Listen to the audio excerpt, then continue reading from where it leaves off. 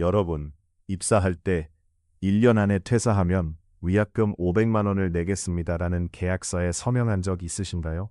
그런데 이 계약, 법적으로 효력이 없습니다.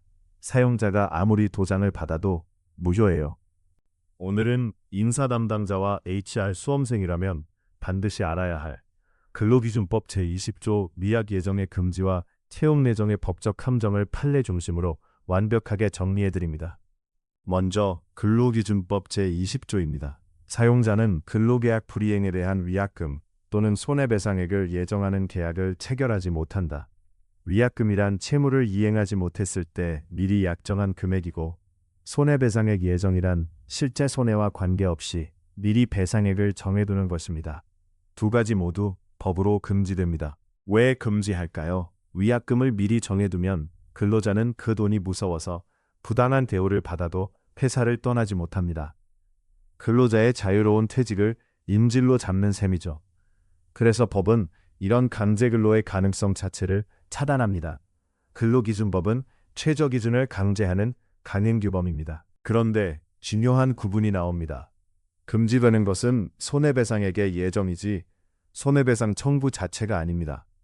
근로자가 실제로 회사에 손해를 끼쳤다면 그 실제 손해는 청구할 수 있습니다. 대법원 1980년 판례도 실손해배상을 목적으로 한 신원보증계약은 위반이 아니라고 봤습니다. 핵심은 미리 액수를 정했느냐입니다. 이제 의무재직기간 약정입니다. 첫째, 소정금액 지급 약정. 약정기간 전에 퇴직하면 손해 발생 여부를 묻지 않고 정해진 금액을 지급한다. 이건 무효입니다. 둘째, 임금 반환 약정. 퇴직했다는 이유로 이미 받은 임금을 반환한다. 이미 제공한 노동의 대가를 토해내라는 건 사실상 위약금이므로 무효입니다. 그런데 모든 반환 약정이 무효는 아닙니다. 바로 연수비 반환 약정입니다. 회사가 직원을 해외 연수에 보내고 일정 기간 근무하지 않으면 연수비를 반환하라는 약정. 이건 세 가지 요건을 모두 갖추면 유효합니다. 첫째, 상환 의무 면제의 취지여야 합니다. 회사가 대신 내주되 일정 기간 근무하면 면제해주는 구조여야 하죠.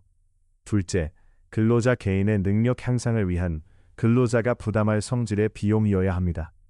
셋째, 약정 근무 기간과 비용이 적정해야 합니다.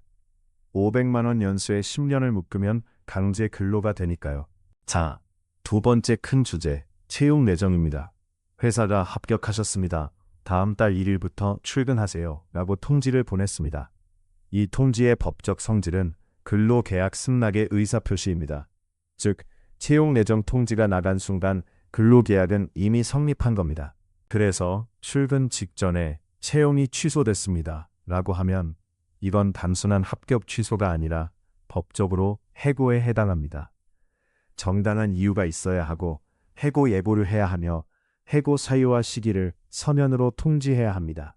다만 해약권이 유보된 특수한 해고라 경영상 해고 시 채용 예정자가 우선 대상이 될 수 있습니다. 정리하면 위약금 예정은 무효지만 실손해 청구는 가능하고, 임금 반환은 무효지만 세 요건을 갖춘 연수비 반환은 유효하며, 채용 예정 취소는 해약권이 유보된 특수한 해고입니다. 형식이 아니라 실질을 보는 관점을 기억하세요. 이 영상이 도움이 되셨다면 좋아요와 구독, 알림 설정 부탁드립니다. 가장 헷갈렸던 조항을 댓글로 남겨주세요.